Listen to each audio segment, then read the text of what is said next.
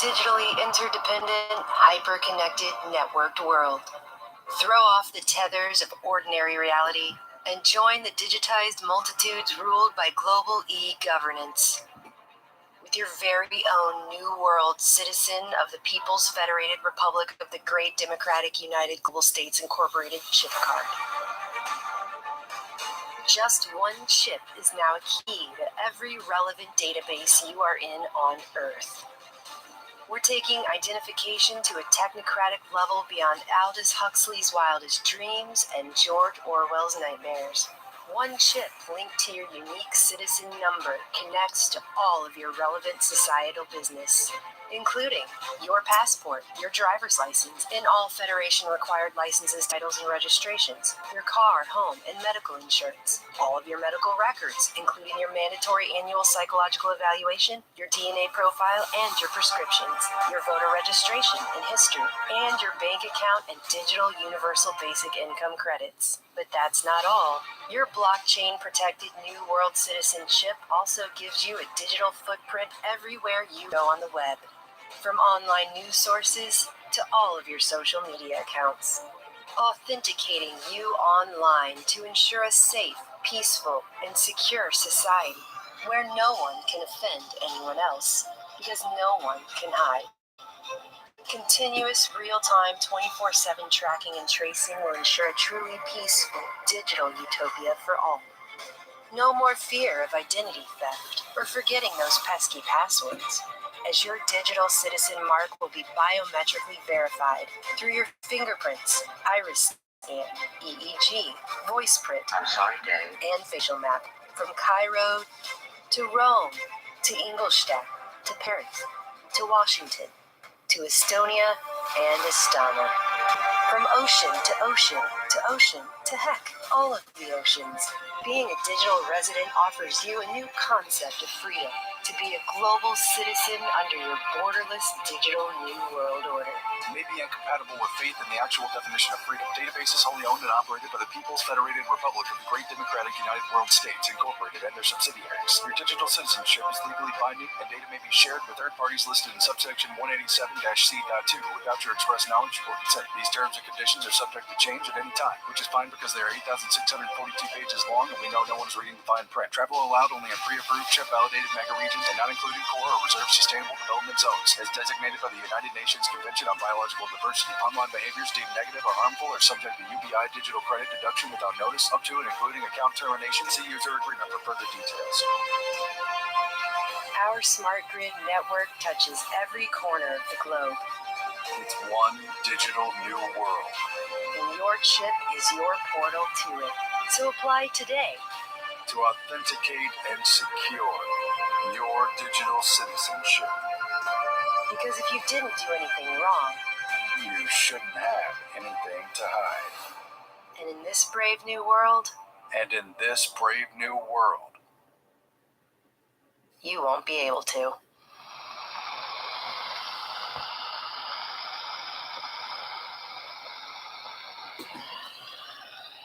Hey, good day. This is your Sensei Al Bob. And so what's wrong with that? Come on. Wouldn't you like to just have, and it won't even be a card. You will be smart dusted and you'll be a transhuman. And what's wrong with that? Because if you're not, you will be less intelligent than your cat. So here we are, live on Dreamy Dreamland, and we're here at going on to live chat. Yep. So new, easier moderation. We are on no wrench zone here, no moderation, I never liked being moderate. I mean, I am a moderate kind of guy, I stay on the right side of things or the left side of things, so right in the middle, you know. Basically, I serve love's co-creation, right? Now, this new world order, you know, what's wrong with that, you know? First off, it's the same old world order. And, you know, where will all the wars go if we are living in this new world order? Obviously, what's going to happen is we will be invaded by Hollywood extraterrestrial force, and that will threaten all humanity. And we will, like, you know, Ronnie Reagan said at the UN, all our little disagreements will just kind of, you know, go away, right? So, because there really is no disagreement, we're all humans. But once we are all dusted, we will be transhuman, right? We will be part of the World Wide Web. We will be integrated. There is that little commercial I showed you was produced by this crew that is known as, what are they known as? Truth Stream Media. And they are quite extraordinary, you know.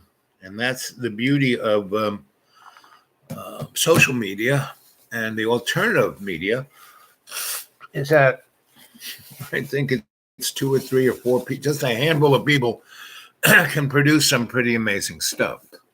And whether they're owned by the hidden hand, you know, the powers that shouldn't be, I don't care, you know, because they are putting out something that the individual can assess for themselves and can vibrate, you know, and that's what love's co-creation is. It's a vibration. That's what all of this that we experience, that we think is reality, it's a vibration. And we can change the vibration. That is what's so powerful about the cadre. We can change the vibration. We can make the reality anything we want it to be. You know, you don't have to listen to what the man is saying, you know, because you are the man. You can be the authority. You have that special autonomy, right? As that little cell of love's co-creation. That's what all our relations are. We are a collective, right? Now we can either be, you know, changed into a digital collective, which just puts another, all it is it's another religion. It's another kind of control structure, you know, of the Luciferian illusion of love's co-creation. So, hey, what are we going to be? We're going to be just that mud puppet, you know. And every time, I mean, we have had all these empires, right? And the fall of the empire, they follow the same stream. You know, they start out as republics, we the people, to assert a authority, an autonomy over the larger structure that has been over them, right? And you know, that's what the American Revolution, you know, King George was forcing a central bank, the Central Bank of England, on the United States. And to use those IOUs, King George was forcing them to pay interest. And the founding fathers, who were the rich white guys, owned, I mean, they didn't really have currency, but they did have land, said, no, we're not going to do this. And that's what, you know, taxation without taxation without representation. That was the central bank. That's why we had a revolution.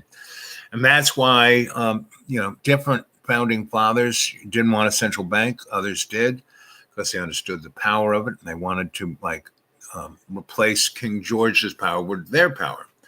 And so the United States has been this almost Libra type of thing of going seesawing between social power and authoritarian power, and you know, the elitist power and the public power. And when we in 1871 switched from a republic, we the people, to we the corporations, and we created the District of Columbia, That's when we started to, solidify the global New World Order, because we had in Rome, Vatican City, that, put forth the business plan of religion. Then we had the City of London, the Rothschild central banking zone. And that's kind of what Brexit is about. It is to unshackle the total greed of the central banking system, and totally destroy the individual lives of the public, and say, see, if you want to be this individual thing, cut yourself off from the EU, well, you're going to have a really crappy life. And, you're going to be proles to the banking services. So, we better, you better smarten up and join that new centralized world thing. And right now, Saudi Arabia is building a new city right on the coast there between Jordan, Israel, Egypt, and there's going to be a train line coming down, connecting Russia with the bottom line, right? And basically, the neocons wars of the early O's, starting with 9/11, basically wanted to crush and destroy all things in the way of this. And the things that were in the way of it was Iraq, Libya, Syria, because all three had oil. And we can't switch over to 0 point energy because oil is the only thing propping up the euro dollar. If oil went away, our dollar would be worthless, and our economic essence, we would become, worse than a third world country, because we've been hollowed out. That whole Ron, what's his name? The guy who ran against George VIII, the little squirty guy. And you'll hear a sucking sound. Well, it sucked, and whatever jobs come back. I mean, since then, since 1968, basically, we've had this New World Order coming in, and we have produced more things in the United States. It's gone up by about 40%. From 1968, our manufacturing has gone up 60%, but most of the productivity of that production did not come from people working on the assembly line, came from robots, right? So, the jobs didn't go to Mexico to like poor wage slaves. No, it was replaced by AI, and pretty much everything has been replaced by AI. And this whole cognitive thing of transhumanism isn't something new. It was started with World War II. All the computer guys were talking about this in the 40s, right? In 1940, really just before World War II, that's what Germany was given the money. Germany, after World War I, was in the crapper, right? They were, the thing of Versailles kind of whacked them so they couldn't get up, the Allies had their boot on their throat, and it threw a very sophisticated, educated, cultured society. Go watch the movie Cabaret, and that's really what that movie's about. Come to the cabaret. Your life sucks. Come here. You can have whatever you want. And as empires fall and a new order takes over, a good example is the Roman Empire falls because they've expanded so much, taken all the resources to take over outside lines. It kind of looks like America. We have, close to 1,000 bases all over the world. We have about 40 large bases surrounding China.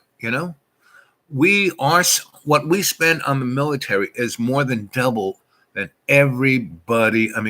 Russia last year spent $60 billion on their defense establishment. We spent $700 billion on, and if you include everything else, like the energy department builds our nuclear weapons, if all of the other things, housing, HUD, go look at Catherine Austin Fitz's work. She was the bean counter for HUD, and she was going, there's trillions of dollars coming through this and going out the back door to some black thing. Go look at those people. Go look at Dr. Stephen Greer. Go look at my playlist. And my new fave is this True Stream Media. Those guys are pretty good. And so's Emily, and so's Truly Graceful, and David Icke, and I have Richard Cranium, and I have a whole bunch. Just kind of flip through those, and you'll get a. But if you do any one channel, Truth Feed Media, Truth Stream Media, go watch those guys. They're and I started off with their commercial, right? So Sarah Webb, Ron Paul. No, not Ron Paul. The guy, Texan guy, little shrimpy guy. Robert Merman, your willingness to share every problem you can find is amazing. You offer no solutions, only sweeping. Well, Bob, I don't know, if you're asleep, but there is only one solution, and that is love's co-creation, meaning the intent of the individual and what they do, because of all these little things that I'm talking about, all they are the symptom of the problem of separation, right? Of our conscious free will from love's co-creation.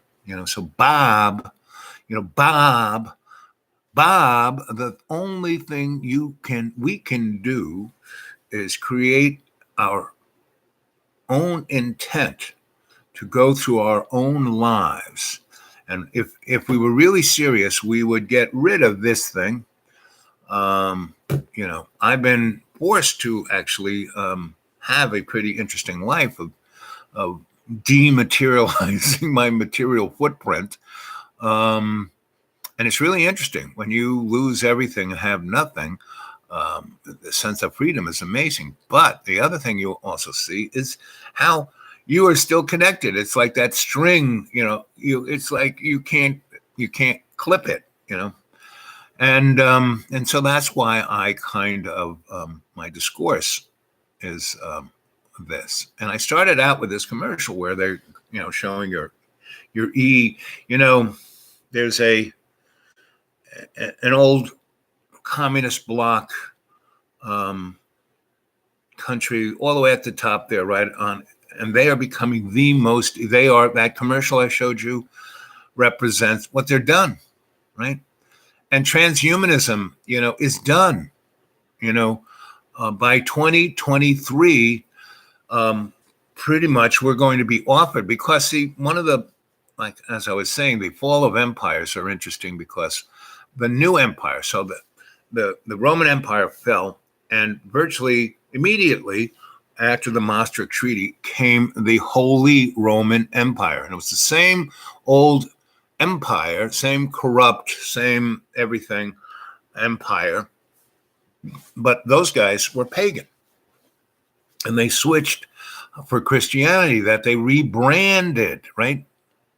And that's when any of these switches occur, we see a rebranding, right? And, they're often manifested through a shock. If you go study the Tavistock Institute, Bob, have you ever read anything by the Tavistock? You know who the Tavistock Institute is, Bob? Go read it.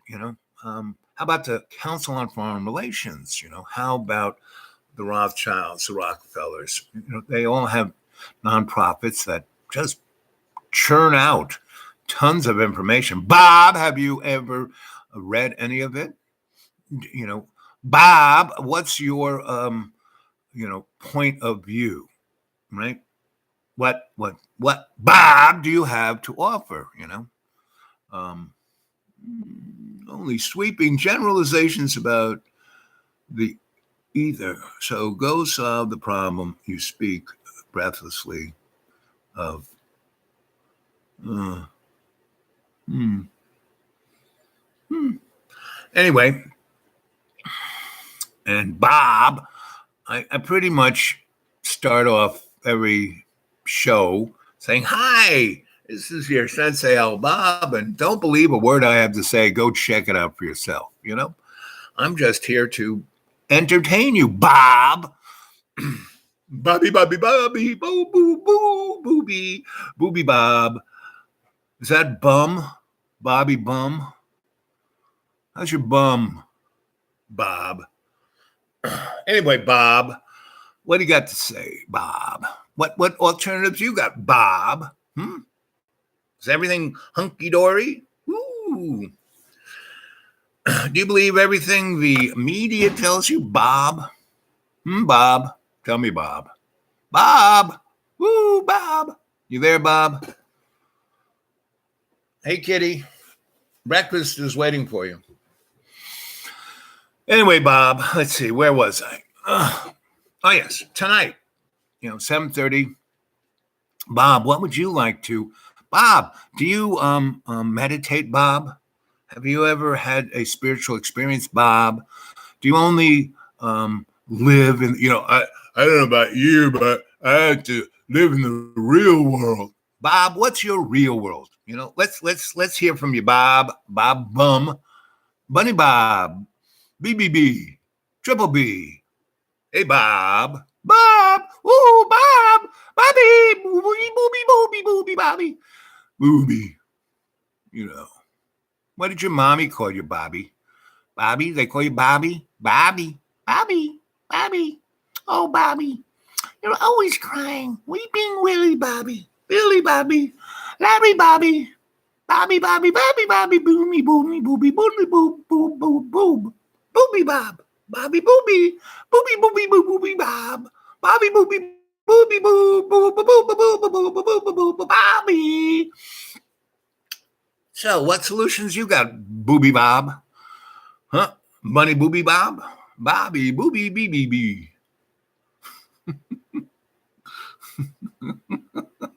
Who that? Who that there? Ooh, where's that little symbol? Yeah, you got to put another pair of glasses on to see this one. But I see your emojis, yes. Anyway, so, like I said, next 18 months is this window of opportunity, or we're going to be rebranded and probably have to experience another 900-year dark ages, before we get another renaissance, and already we have had a renaissance of technology. We're out there. So go look on my, playlist, and I have a breaking, breakaway civilizations, old time, right? And there's lots of YouTubes there that are about, things of the last 200, up to the Gilded Age and the Mud Flood, and all the technologies that were there, all the Tesla technology, all the ancient technologies that were like right out in front. There were flying saucers and all kinds of things just 200 years ago, and they kept them. And the stuff that we're seeing now is part of that breakaway civilization that's already out in our solar system, and all the weather catastrophes that are happening are being, manufactured by this breakaway civilization. Those guys are already transhumaned. And if you go watch the movie Zardos, and that's exactly what we're in, what we're heading for, what's going on. Go watch that movie, that singular movie. And I would suggest you drink a nice cup of, psilocybin tea when you watch that movie, because that kind of, or ecstasy, or any of those kind of psychotropics, but just a little bit, not enough to like where you can't tell the difference between the movie and that you're watching a movie. just enough to like push your your thing of suspending disbelief. Well, you can suspend disbelief. We just don't watch the movie again. Oh, this is just a movie. Can't happen. You have to like push your. Now, I don't have to take any psychotropics. I'm already there. You know, just look at my eyes. 2 pairs of sunglasses. I normally wear 4 pairs of glasses to see past. Benjamin Franklin, my favorite forefather, because he lived better than any of those guys, and he wasn't as rich as any of them.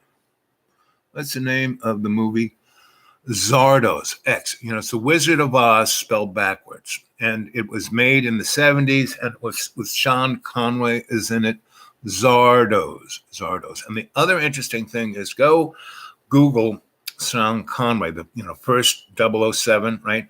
And he made 3 or 4 of those, Dr. No, Goldfinger, a few others. And he didn't want to be typecast as, just 007. So he says, I'm retiring from this. And he did a movie called Man Who Would Be King with Michael Caine. Great movie. Time Bandits. And he did this movie called Everything You Know Is False.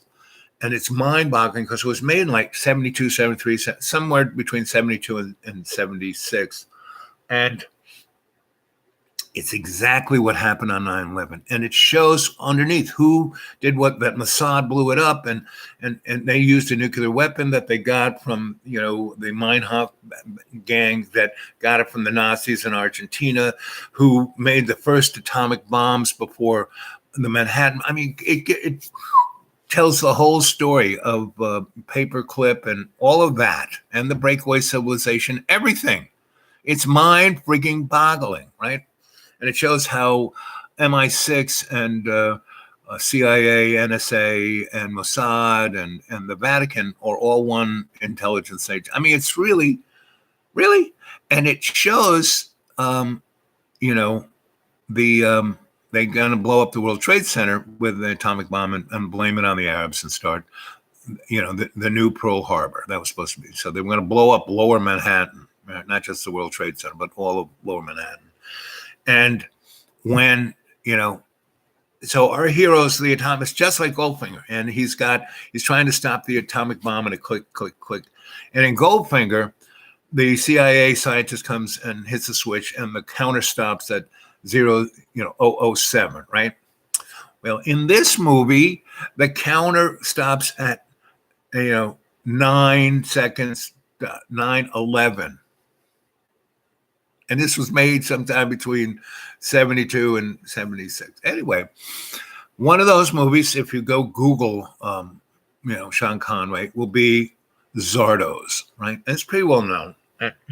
You can, if you Google Zardoz, I bet you can watch the whole thing free on YouTube or whatever platform it's on. Anyway, and that's where we are right now. And it's exactly what, the rich people live in these bubbles. The rest of the world is like, the Walking Dead. And they keep them in line by these, basic thugs who Sean Conway is. And it's kind of religious order. They're like monks. And they grow the grains and the vegetables out there in the hinterlands. And this flying saucer skull comes and everyone brings offerings to the skull, and it takes it back to the rich people who are in a bubble, right? Which and it's beautiful there. It's like it's like Scotland, and everyone, everyone wears a ring that connects them straight to the artificial intelligence that's running everything. And they live forever. They're all transhuman, right? And they went off to the stars and found nothing of real interest and came back and became bored. And they couldn't die. And when they start misbehaving, how they get punished is that they're allowed to age, meaning everyone's like 30 or 25. And with each little transgression, just like in China, where they have social, we have our credit rating, credit score. In China, they have a social score, and everyone's, it's freedom. You can say whatever you want, but if you piss the powers that shouldn't be off, you get a little on your social score, and you'll find out at a certain point, oh, I can't leave the country. Then you find out, oh, I can't get on an airplane to go to the other side of China. I have to take a train. Well, they got these bullet trains, and okay, instead of getting there in 4 hours, I get there in 10 hours. Yeah, okay, I can have some drinks on the bullet train. Well, you still, do some jaywalking. You don't pay your parking fines. You don't bag your garbage the right way. Um, you don't clean up your pet's poop. You got a few more checks, and then you can't ride that bullet train anymore. You got to ride the slow train with the poor people. And then you get a few more, you start complaining about it, and then you get a few, now you have to go on a bus. You can't own a car. They, then you have to go on the bus that only the real poor people have the chickens and the goats on, and then you can't even go on a bus. You have to ride a bike, and then they take your bike away, and then they take your shoes away. And that's kind of, in Zardos, that's how it was. If but they made you older. So all the guys who started this whole thing, at a certain point, they just wanted to die, and they kept trying to commit suicide, and they couldn't. So they just got older and older and older until they got to a place where they couldn't even move around, and they were just doddering fools and drooling and shitting themselves. And that's the world we have to look forward to, right? And like I said, it's in this 18-month window. We're already there. The technology is, 5G, all of this stuff, the chemtrails, this is all part of that thing. And Booby Bob there, whether he's an AI or a paid stooge or just a moron, God love him. I love all three of the Booby Bobs, And, but we have, just a short period of time. And we don't have to start any movement or, burning torches and pitchforks, because that's what Charlottesville was. No, what we need is each individual to embrace their conscious higher self in free will and basically say no. Now, if I'm the only guy saying no, I'll either, they'll say, fine, out, we're going to put you on this nice little island with pretty robot girls who will take care of your every need and peel the grapes for you, and I'll be like, Prosperos in Shakespeare's tale of the guy who's put on the island by the king. They don't kill him because they may need him, and he's there. And when they need him, they go get him. But otherwise, he's, ostracized, and that's kind of where I'm at. I'm semi-ostracized. But through this little dreamy dreamland with Sensei Al Bob, so we have 262, cadre. And as I said, back in the day, one Greek city-state kept the whole Persian Empire at bay until the rest of the Greek city-states got it together to go kick the Persians' butt. So we can do that. That 262 is close enough to 300. That movie's at 300. We can, and we don't do it with our spears and our shields and our swords, but we do it with our unconditional love in every day and every way. When you go out there to the supermarket, when you're driving, my biggest challenge is to drive with unconditional love and not become a moron. Right? We all become a moron at some time, right? And so it's up to us to not be, right? So that's the name of the movie, Zardos. And like I said, go check out all of Sean Connery's movies after 007 and go that way. Anyway, let's see if I can find it on my little guy here.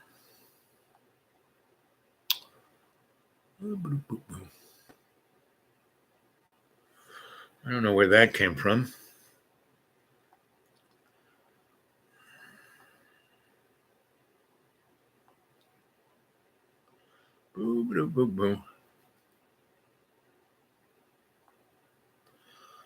The movies of Sean Connery.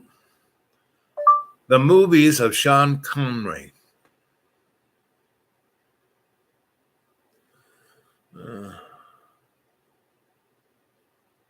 Okay, let's see what they are. Let's see. Top 10 Connery. Here's the movie list.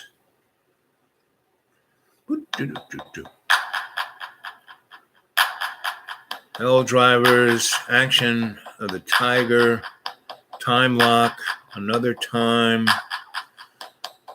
Darley, Tarzan, Greatest Adventure, Night in City, Macbeth, Longest Day, Dr. No, From Russia with Love, 63, Marmy, Women of the Straw, 64, Goldfinger, 64, The Hill, 65, Thunderball, 65, Define Madness, 66, You Only Live Twice, 67, Molly, Red Tent, Time is Up Forever, 71, okay, that's it. Zardoz, Zardoz, 1974.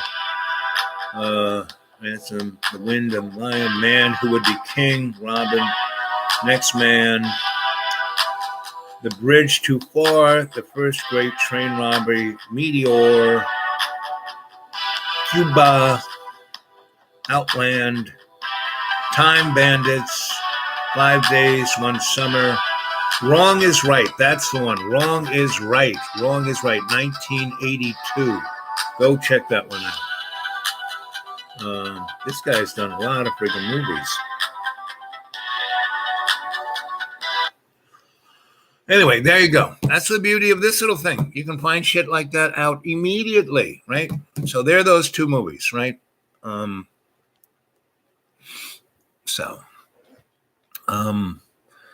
36 minutes and 46 seconds. So somewhere in the 40-minute zone, I'm going to say goodbye. So tonight, right? So who's ever there on the old chat, there's one of you there. Ooh. That's a lot of oohs. What would you suggest we talk about tonight? You know?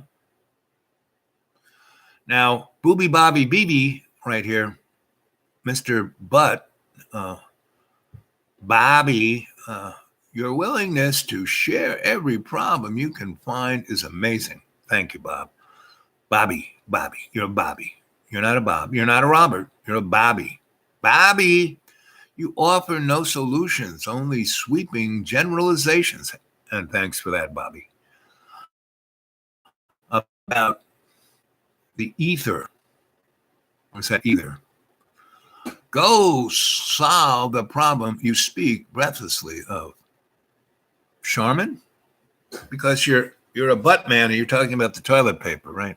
Anyway, so I'm going to take Bobby's thing. So we've been talking about problems. Maybe I'll pick 3 and try and find a solving of that.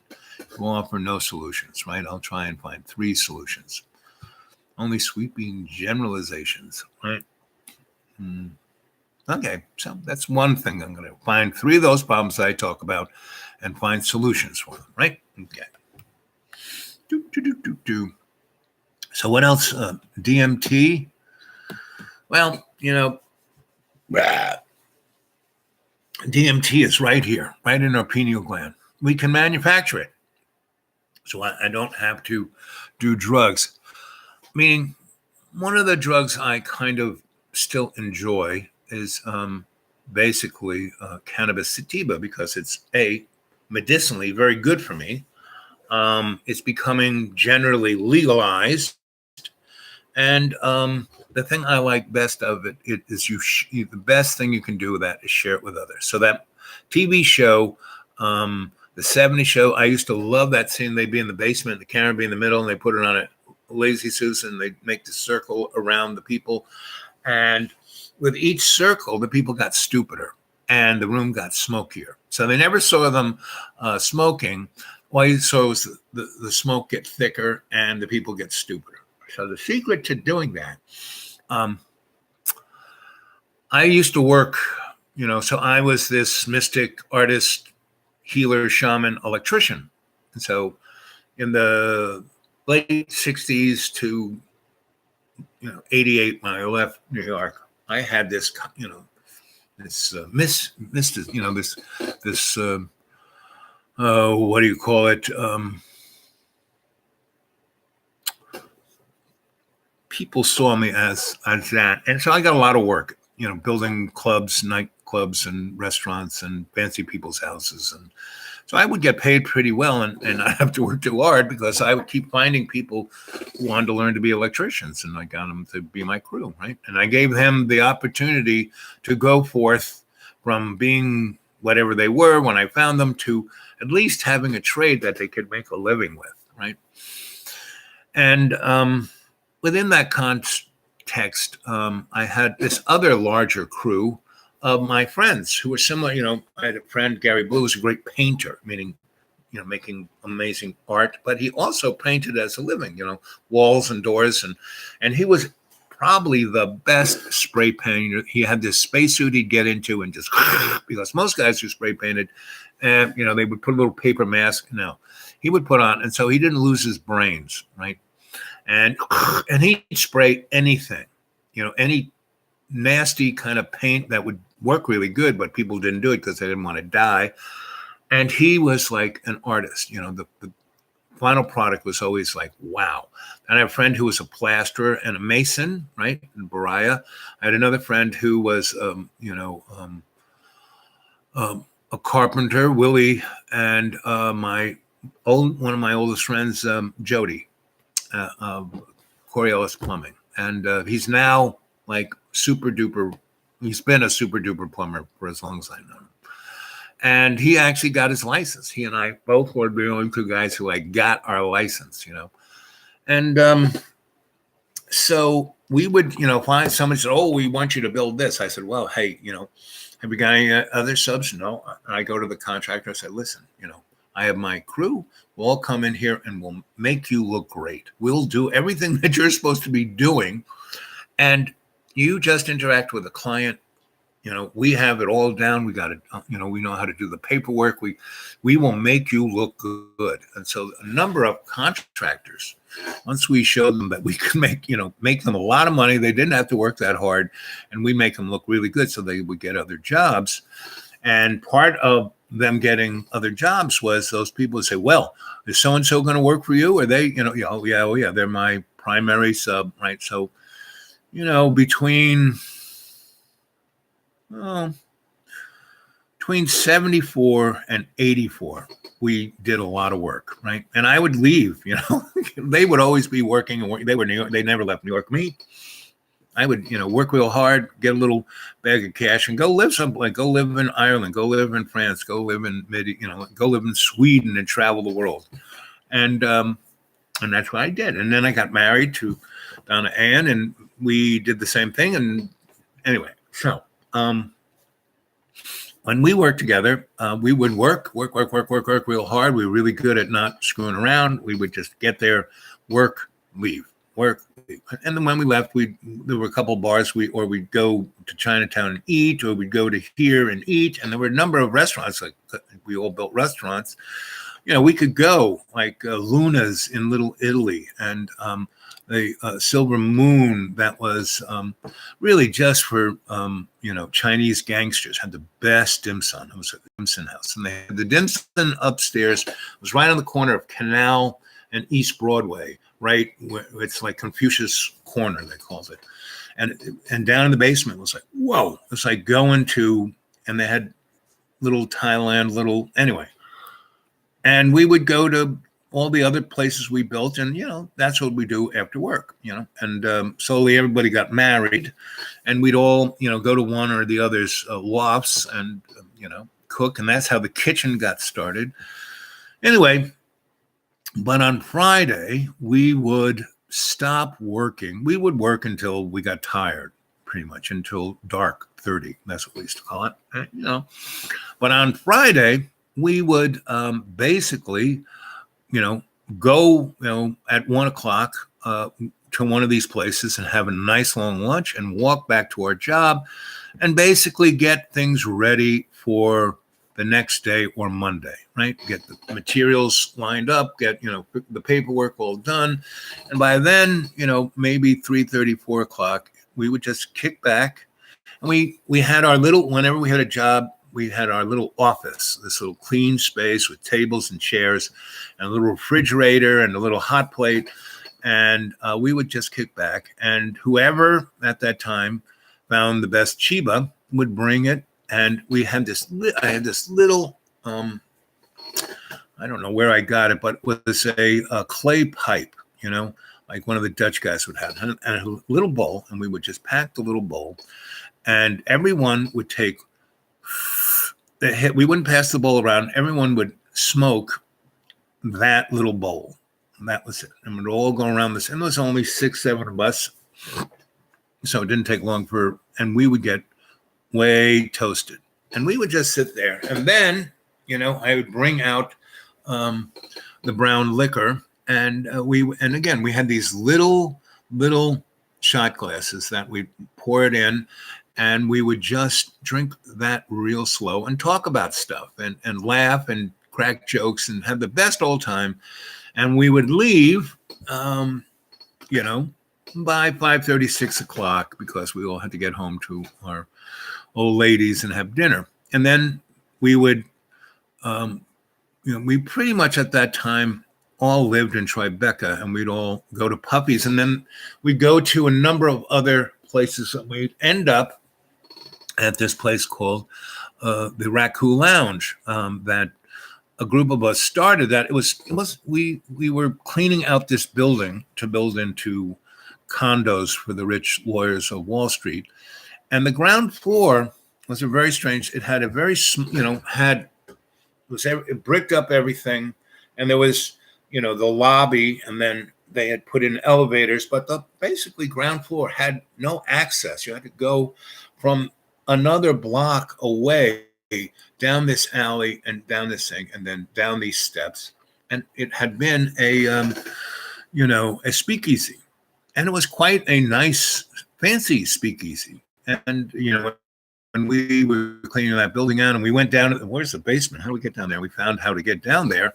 And this place was still, the bar, the tables, everything was still there. There was a kitchen, and there was down below it, there was, places for beer, and there was a, liquor thing. There was still wine and booze in it. That was pretty good. And so we started a club for ourselves, and then we started, it got out. It was like a private club. And at the very end, John Belushi and Dan Aykroyd kind of took it over. They were living down on Duane. John was living on Duane Park, and he was our neighbor. We kind of all lived on Duane Park. And so we would end up there and have a jolly old time.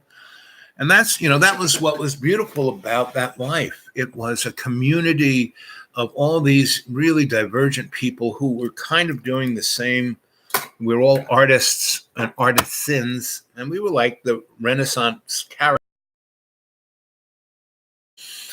And it was, for 20 years, it was a great life. And a number of us kind of, had their big shot, either in being, Julian Schnaub was a good example, because he wasn't an artisan. He was a good painter, and he had some very good, his bloodline connections were pretty good. And, that's where him and a number of other people, he was on the end line of collaborative artist projects. And that, too, was another attempt at revitalizing the Renaissance, right? And that's kind of what Soho was from like 1962 until 1982. 1972, it had this kind of, the rich kind of guys, the lawyers were coming in. Oh, wow, there was an article in the New Yorker about how groovy it was to live in Soho. And that's when we kind of had to move down to Tribeca. And then we kept that on the down low.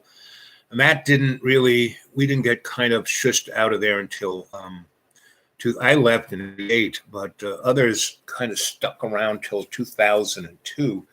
And after 9/11 is kind of when because everyone knew, everyone had lived there before any of that happened.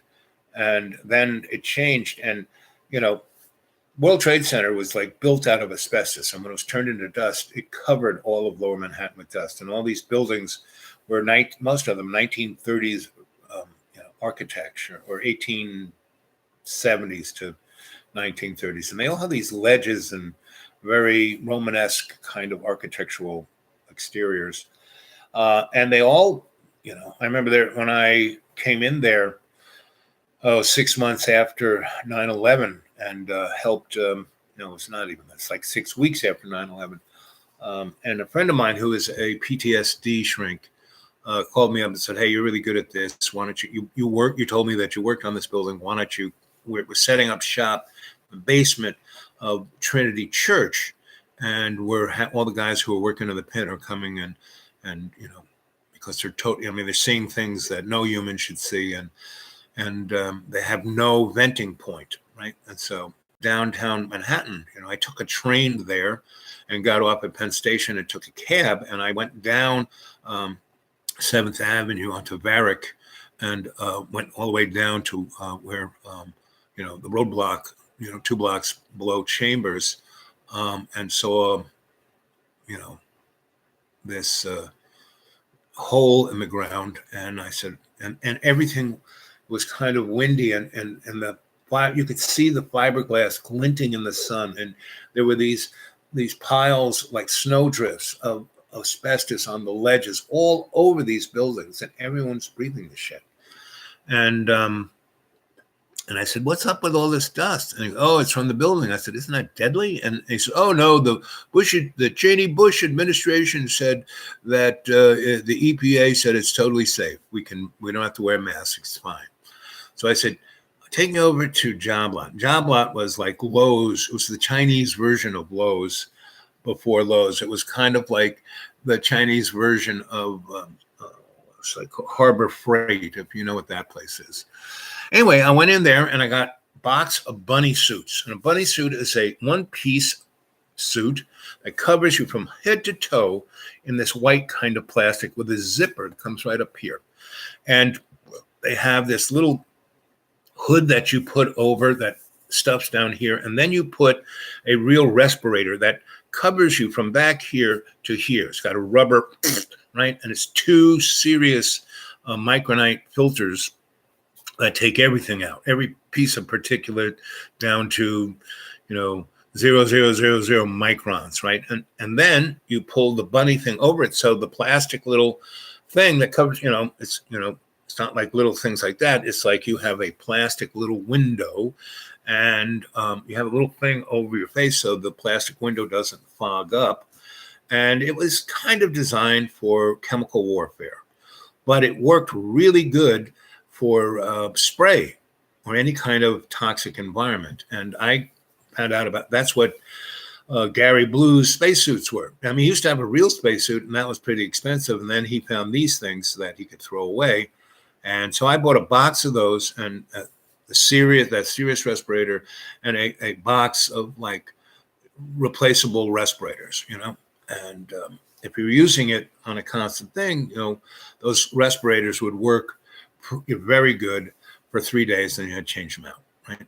And so I bought a box of those and a box of the bunny suits. And there was this other stuff that was kind of like hand lotion. And you kind of put it, on whatever areas that might kind of get exposed.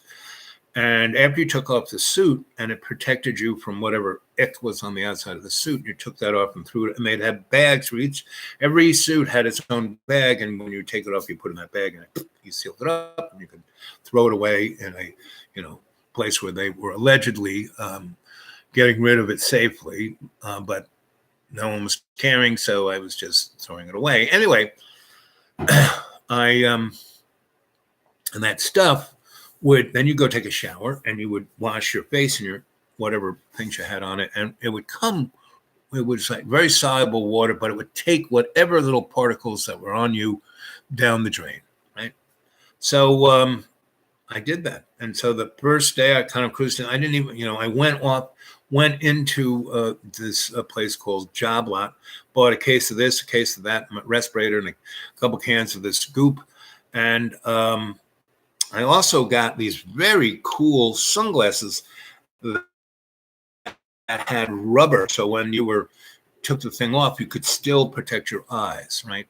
And they had another very cool mask that was better than that paper thing, that had a rubber thing that went all the way around and had these little ports down here that would blow out. They had ports up here that blew in and had a filter. And so when you weren't in the suit, when you were in a kind of protective environment. But anyway, so I went and got all that stuff. And then I showed up and I put the suit on in the store, right? Just put it on, and then went and bought the stuff. And I told the cabbie guy, just wait here, I'll be right back. And keep the ticker running, and I'll give you a nice tip. So I basically take 10, 15 minutes inside there, came out. He drove me to Trinity Church. I walked in, and there everybody was. And the dust was inside the place. And they looked at me, and I looked like a spaceman. They, what are you doing? And I said, well, all of the stuff you guys are breathing is asbestos. I said, I worked on that building. Everything was, and asbestos isn't dangerous as long as it's covered and it doesn't break out. But they turned the whole friggin' building into dust and, just totally. And today, if you go look at the statistics, virtually everyone who worked in the pit died within years of exposure. Everyone who was downtown, who was protecting themselves, have died. And the really sad thing, the public school that was down there in Liberty Plaza, all those kids died of cancer. And no one's really done a, expose on any of that. But the statistics are there, and I have friends who are in that field and point at that as. Anyway, so I spent 2 weeks talking to the guys in the pit, right? And first thing I said, okay, listen, we have to clean this environment up because those guys are going to come here. We want to give them coffee and have them relax, and we have to have them go through a protocol of cleaning themselves up so they kind of know what they're in. We have to protect them, right? So everyone said, okay, and they had a nice grant to do this. So they almost had unlimited monetary funds. So I went on I'm still in the spacesuit. I get in the yellow pages and I use the phone up in the vicar's office, and I find a company that does environmental cleaning, and environmental protection. So they come, and I said, so I want, I'm downtown, I'm in the basement of the, Trinity Church, and I want you to clean every square inch of this, suck out every dust, everything. And then I want you to cover all the windows, every point of entry of the environment of the outside, protect it. And then I want you to build your protective, barrier, like they call it prophylactic. So when people come in, they can be cleansed. They knew what it was. They weren't going to, and they had gotten tooled up because other entities downtown were realizing what it was and were protecting themselves. So they did it. The grant money paid for it.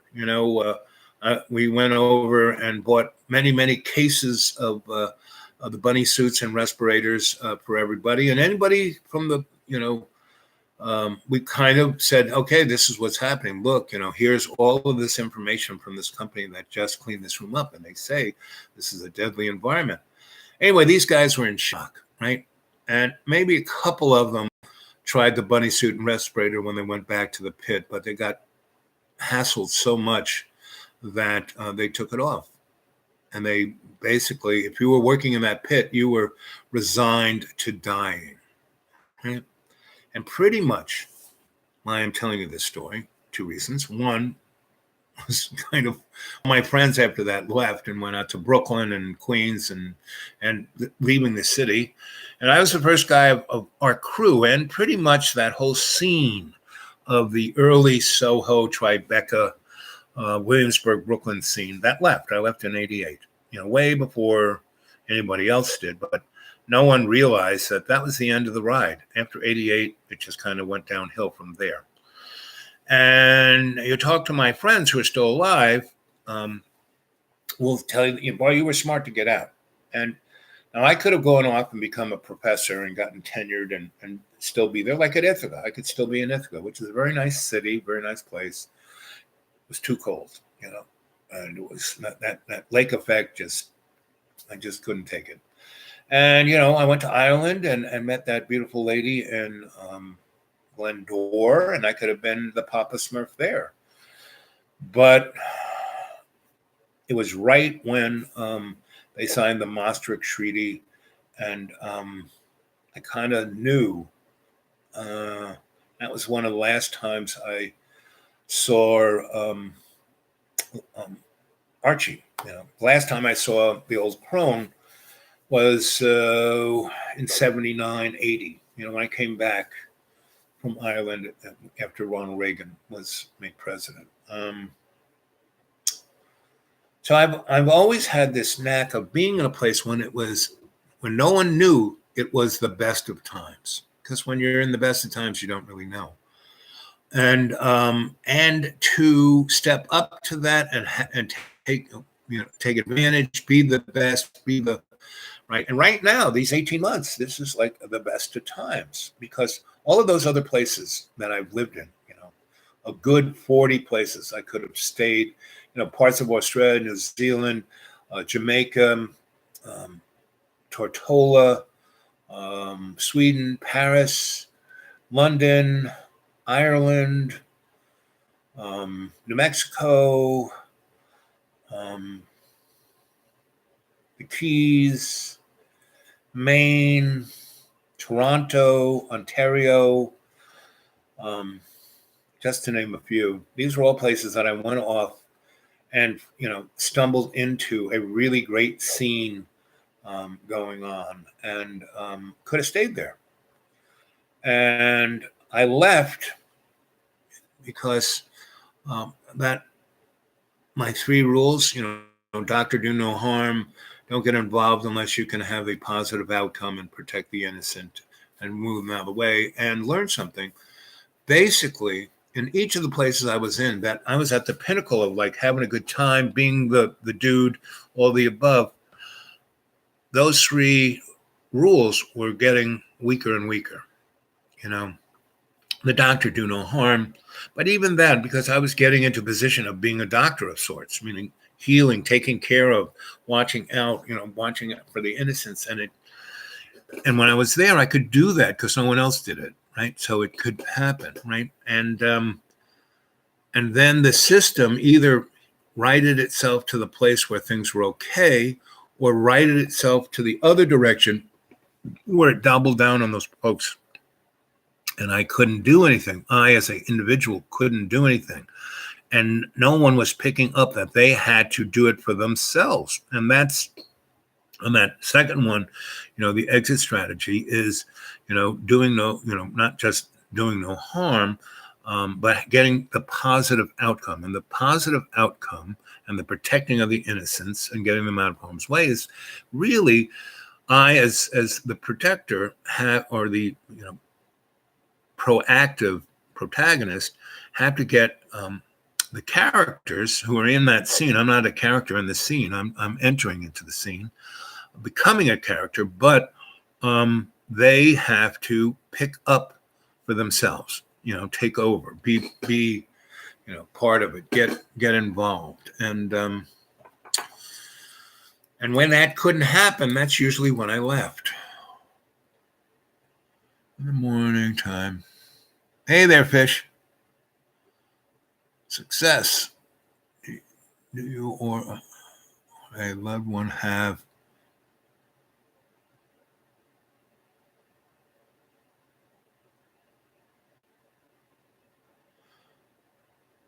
I don't, but I've been in environments, I've worked in coal mining environments, construction environments, mining environments where, I would be the guy in the bunny suit and I'd be, what's he doing? And yeah, so I've been always very aware of that from the 70s, right? From actually the early 60s. The first time I kind of came into that, I was working for the Stalls, and we worked on a facility that was deep down underneath New York. I mean, New York City has so many layers, you can't believe. And we were working on this thing called the AT&T Long Lines building, right? And it looks like Darth Vader. I mean, it's 30 stories tall without a window, right? And they said, oh, this is where all the long, lines come in and then get parsed out. And no, it's a gigantic artificial intelligence, and it goes underground 4 or 5 times more than it goes above ground. So it's like 30 stories tall. So that means it's like 120, 240 stories down, and it's all, goes off into the boroughs, into Long Island, into all, has these train super duper rocket, faster than sound, underground vacuum tube transportations, where they got, at least this time around, before fiber optics, all of lower Manhattan was connected to these tubes, and all the banks would send their very secret documents through these tubes. Like when you go to the bank and you're on the outside and they have the tube that sucks it to the lady on the inside. Well, they had those all, from like about 125th Street down to the Battery. 30 square mile area of tubes, just mind freaking tubes everywhere, right? And that's where they built these faster than speed of sound trains that are underground, that kind of go from New York City to Colorado Springs in 2 minutes, or from New York City to London in 4 minutes, or from New York City to Tokyo in 10 minutes.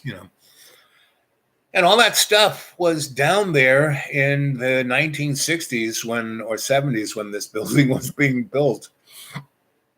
And, we had certain responsibilities. We were a local 3. We weren't like, putting on light switches and stuff. We were doing power systems. And every floor, you had to have, ID thing that had all these colors, and that little squiggly box that have all that little, that you take your phone up to, and you get the discount. Well, they had that then, and you had to have that little squiggly square thing, and you would put it up to a reader, and they'd either arrest you or you got access. But I would be working on stuff, and there'd be guys on either side of me, in uniforms with automatic weapons. And that's the Long Lines building. And we worked on things where, okay, you're going to go into this environment here. You're going to have to go through this airlock, and inside there's some suits, and they were,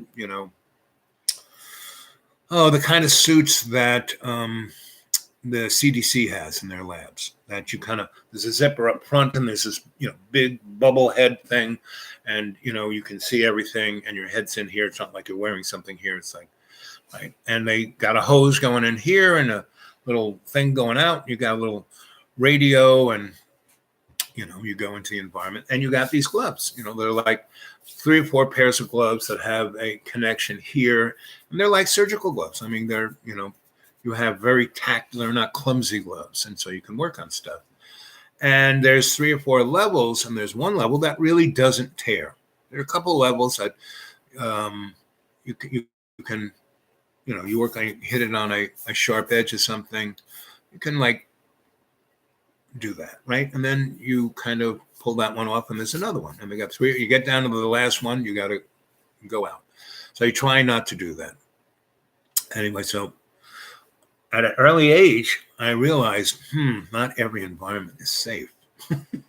So I've been always very, okay, what are you saying here? My dad works for telecommunication, like Lucent, AT&T, ATL, and some others. He was telling me how we, or they, humans in charge, have all the way up to 10G ready for when they want to roll it out. And it's not waiting, it's already there. It's already working. It's already, your little 4G or 3G device is actually working on 10G. We're already being, the shit's going in our brain, and the only way to protect yourself from that is shamanically, through energetics, through prayer and meditation. That's why I bring you guys into guided meditation, like your dad.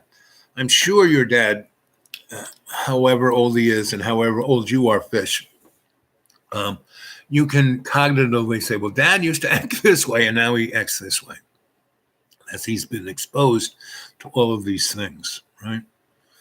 Sometimes we have crazy weather, and the wind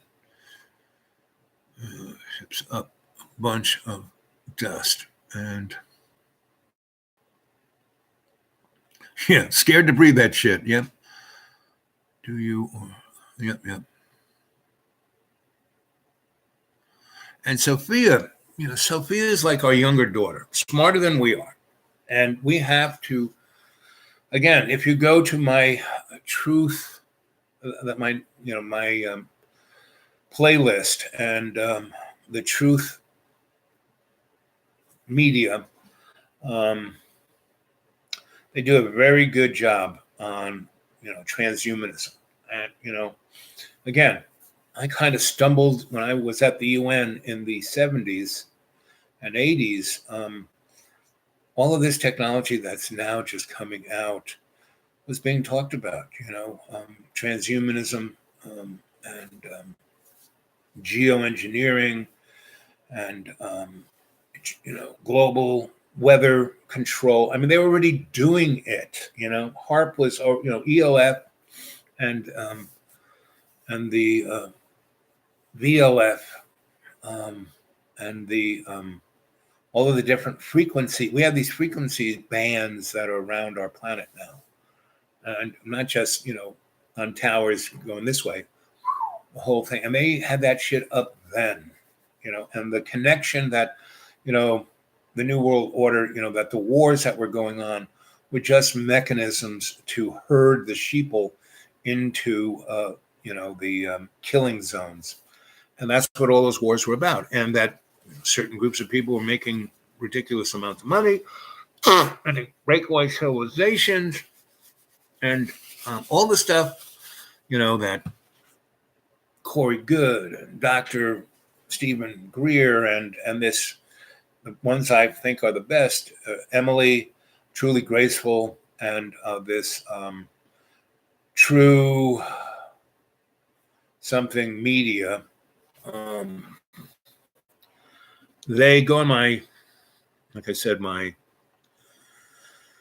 whatchamacallit? What's it called?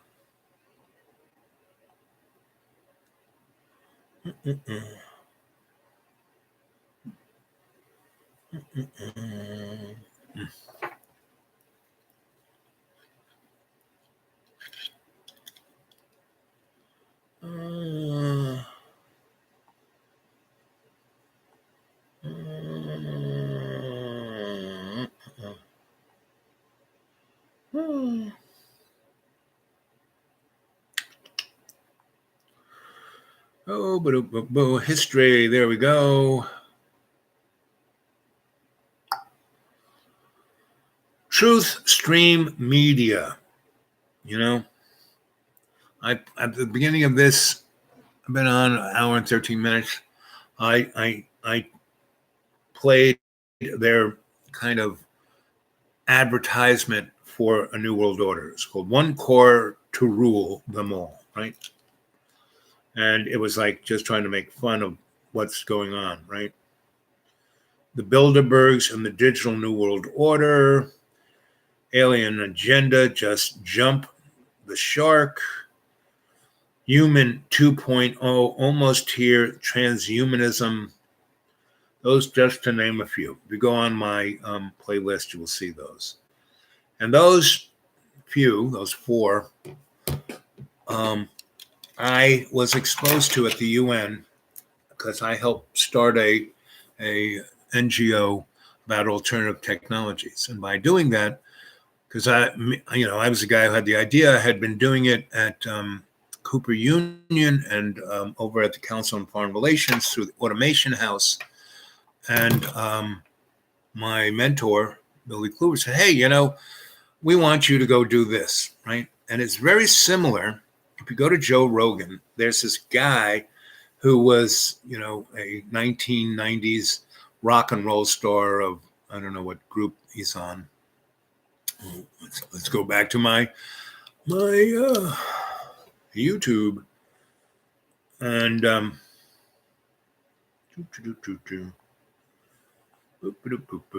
let's see, where is this guy?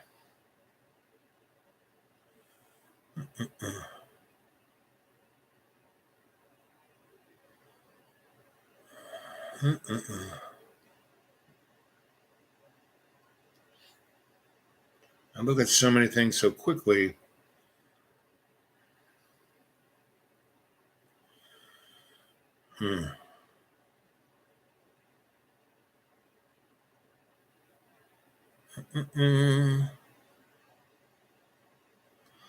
Anyways, this guy from the 90s, I think Blink 92 or whatever that guy, the guys who ran on MTV, ran down the street naked.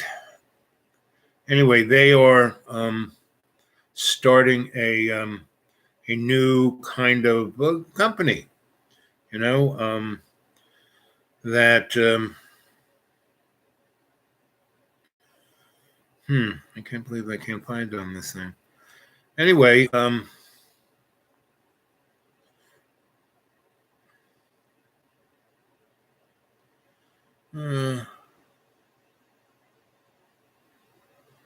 boop, boop, boop. Kind of like the one in New York not too long ago.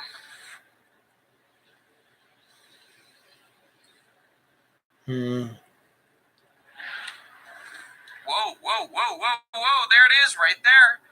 Right there.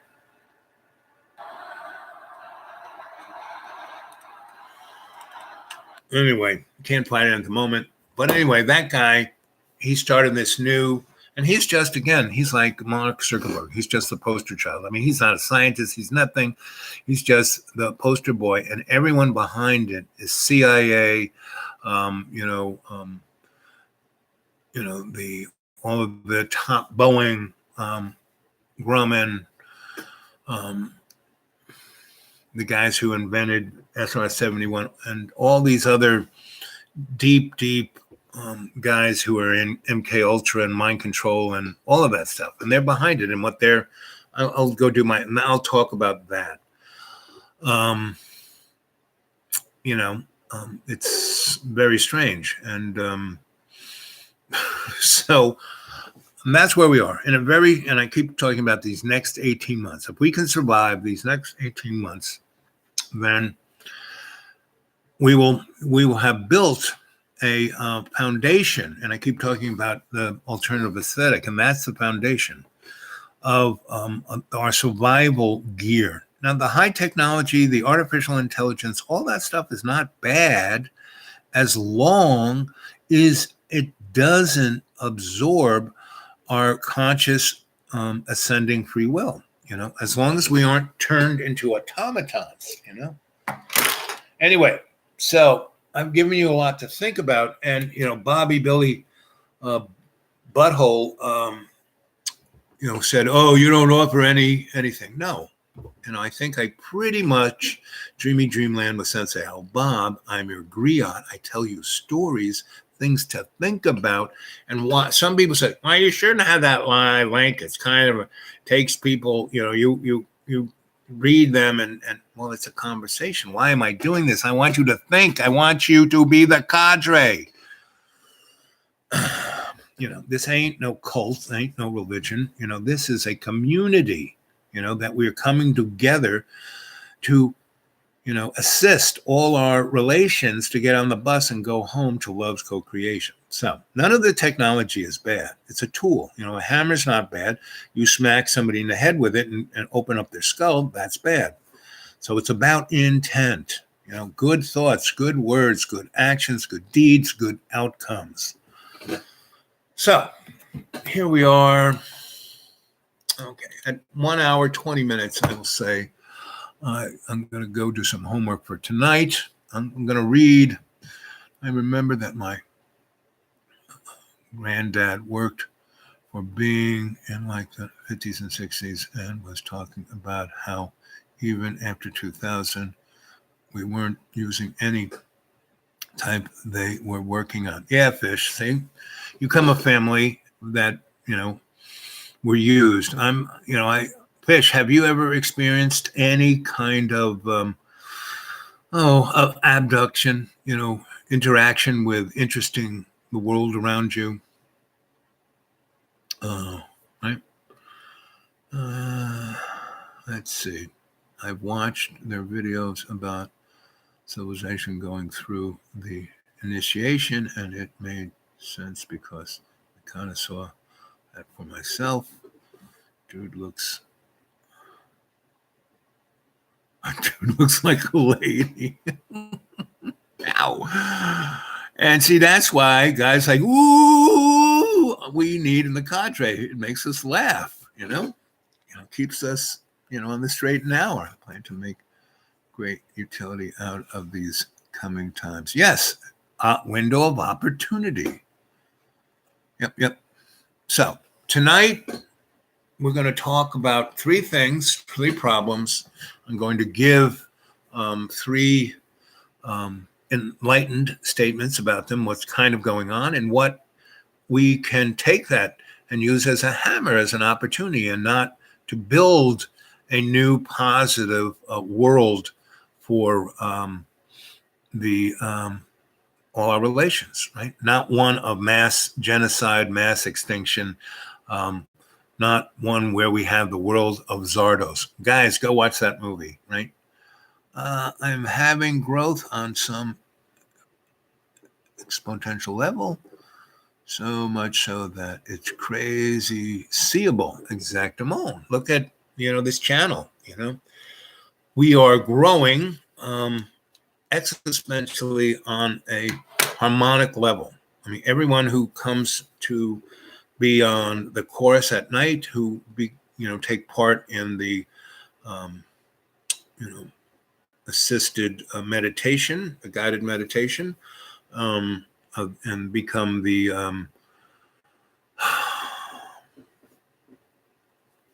the shock troops of love's co-creation.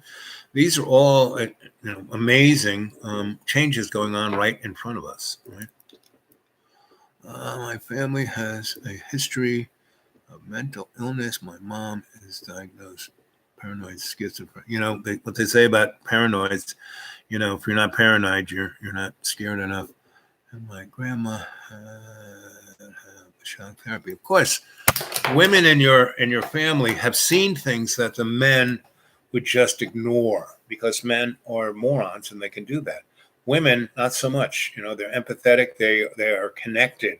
They are a totally balanced entity. So when men who run the psychotherapeutic universe, and the women who are part of it basically have a male brain, just because they have ovaries doesn't make them, we're this kind of many different flavored creature. Just because you have an external sex organ doesn't make you male. And just because you have internal sex organs doesn't make you female. It's your intent, your thoughts, your words, your actions, your deeds, your outcomes that make you representative of the male mind controlled and the female intuitive controlled, right? And so that's why the women in your family, they were like the old crone, but they were living in an environment where people could control their bodies and their minds. And that's why people are so against. I mean, I'm not a fan of, abortions, but a guru once, a real guy from the other side said to me, well, in a material sense, abortions is kind of inappropriate, but in a spiritual sense, abortions and miscarriages are there for a reason. And what that reason is a soul is going along their karmic path, and they're doing pretty good. And for some reason, outside of their own whatever, they die. Like asteroid hits them, a chunk of the building collapses on them, whatever. Now people said, well, if he wasn't supposed to die, I shouldn't be there, right? Or like me, I'm not supposed to die. I kind of pop back up. Yes, I'm damaged. And I have to hobble along, but, it wasn't my time to go, so I didn't go. And in karma, you have that. So That's why you have miscarriages and abortions, and that soul can come right back and finish up that last part of that life in a year, 2 or 3, or just a few weeks or just a few months, whatever's needed. And that's why that happens. Again, don't believe me. That's just a little idea I'm throwing out there. Let's see. Okay. At 1:30, we'll.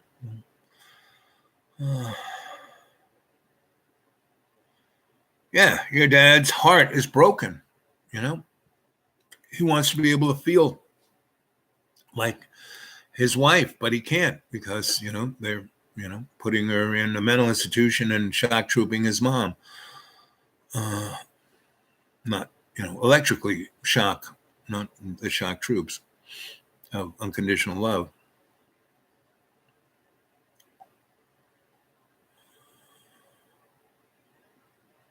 And I have been thought so much from my mom's perspective. Dad, 6 cardiacs, yeah, because, his heart is always breaking. He recently had replacement. Lord have mercy. How did you get your live videos back? I just didn't give up. I kept pushing buttons until it happened. And my neighbor, who wasn't, a social media guy, but he was he understood computers more than I did. He and I spent about 40 minutes playing with it until we kind of got things working. And I'm still, it was a good experience because it got me to learn more about all of these things personally.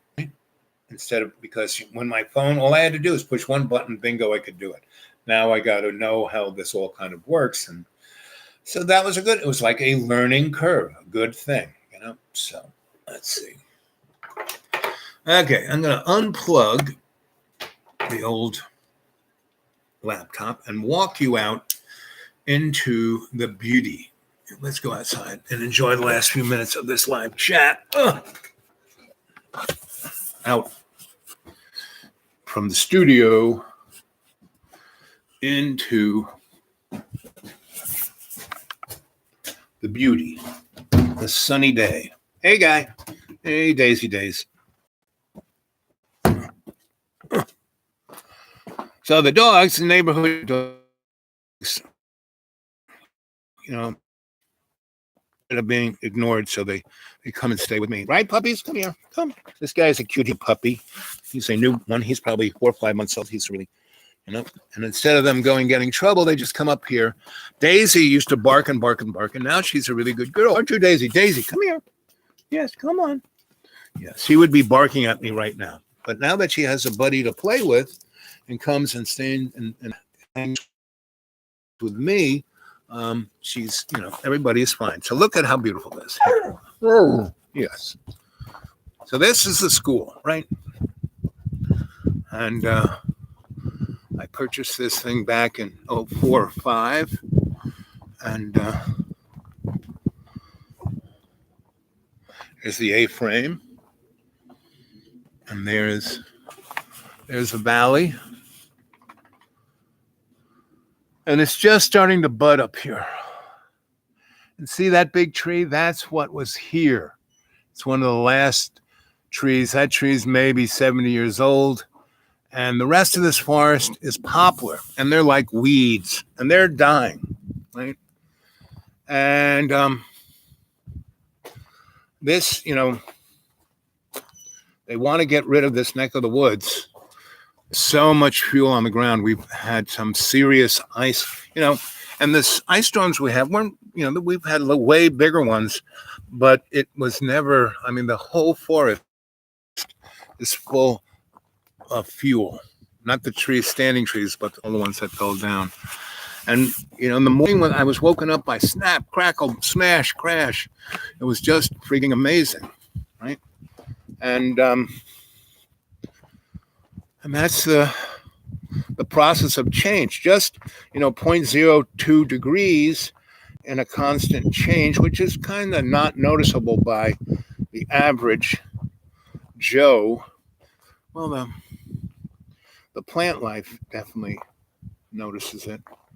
And the other thing that's happening is that I'm going to take you down here, to show you all the trees that fell down.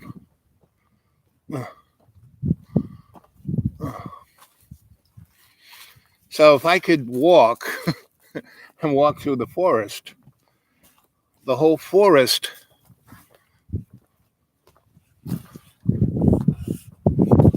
looks like this.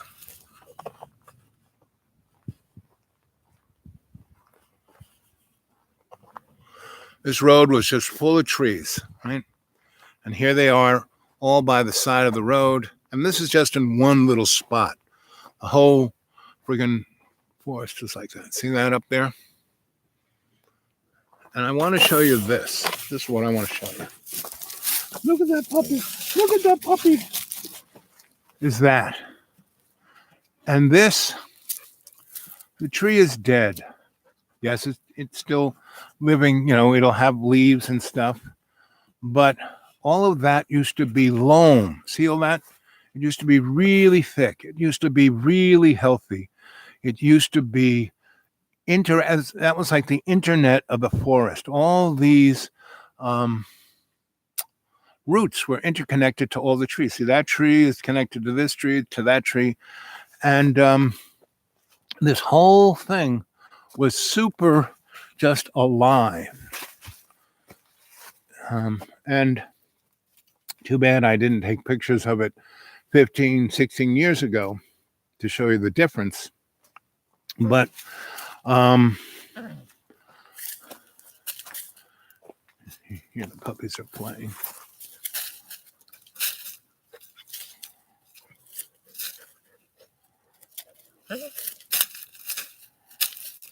What's interesting, when the big guy showed up, he was smaller than Daisy. And in the last 3 months, he's like quadrupled in size. And he's still going to get bigger. He's still just a puppy. But Daisy didn't want him to do that. She'd let him, take him out. And that's what makes a good dog. When they got other dogs to play with. And when they have a master, so these guys, their masters ignore them. Dogs want an alpha dog that kind of, so they don't have to worry about thinking about what to do, right?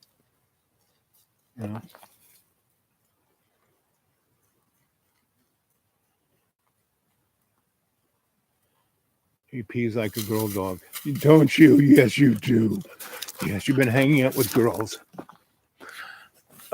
So that's the beauty of it. Look at that place. That's the beauty.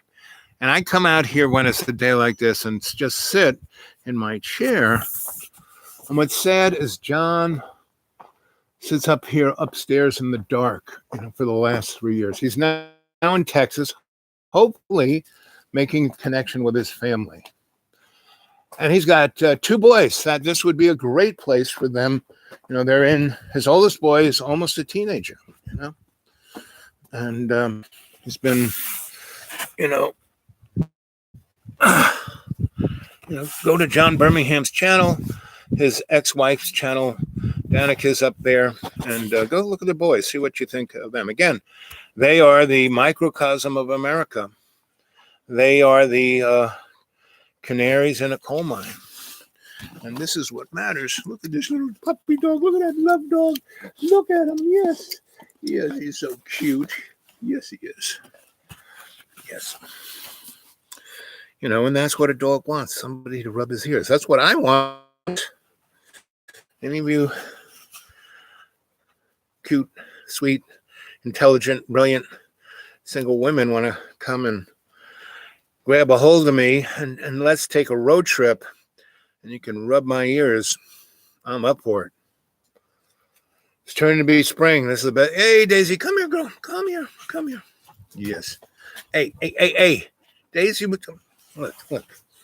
He's got to always be involved. Daisy, yes, you're a good girl. Yes, you are. Yes. At least he's chewing. He likes that. Yes, don't you, Daisy? Yes, you're a good girl.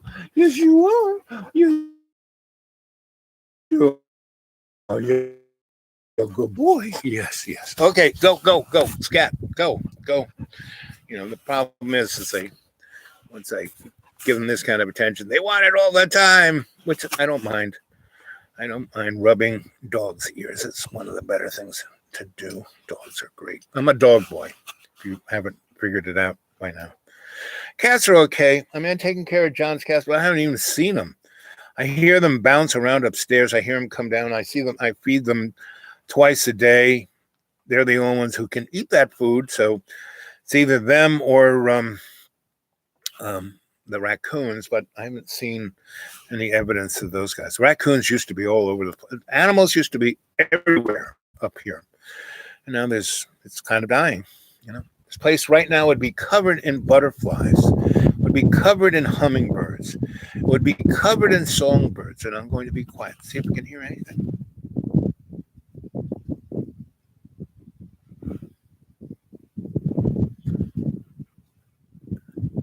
The only thing you hear is the chemtrail jet plane.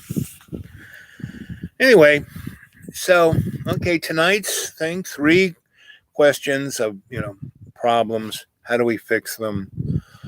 I think we're going to look at, the environment, the political structure, what's going on, the economic structure.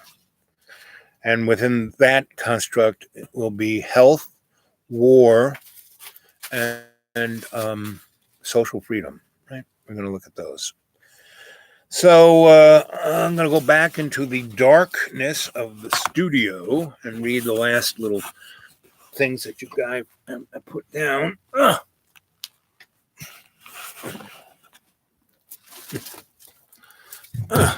Oy.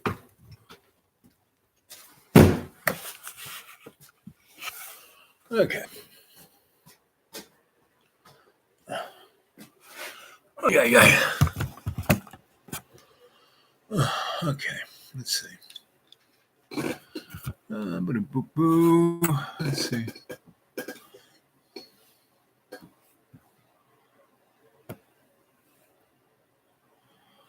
Let's see. Fish. I'm having growth. All kind of. I don't really have memories of those kinds of things, but I before had a weird childhood. Okay, my family has a history of mental illness. Okay, I learned the other day that my body has a consciousness that isn't necessarily me. Yes, exactly. And I have been taught so much from my mom's perspective. Dad, 6 cardiacs. How do you get your life back before they start spraying? Some guy was making videos about how his maples are dying off in a way quick succession. Yep, that's because I showed you those roots. That communication, tree to tree, the internet of the forest is gone. And that is there's a science of not fungus but mitochondria, like small life forms that interact, and if that interaction isn't there, the large life forms die.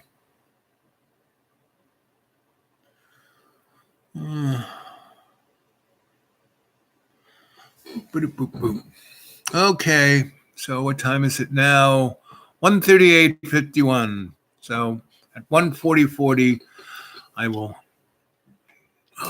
sign off, and I will be back on Dreamy Dreamland with Sensei Al Bob at 7:30 p.m. Eastern Standard Time.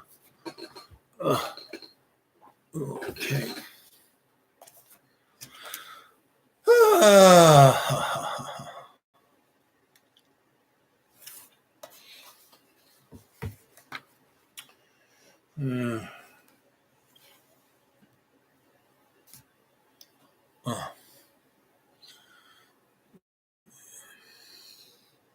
39:39.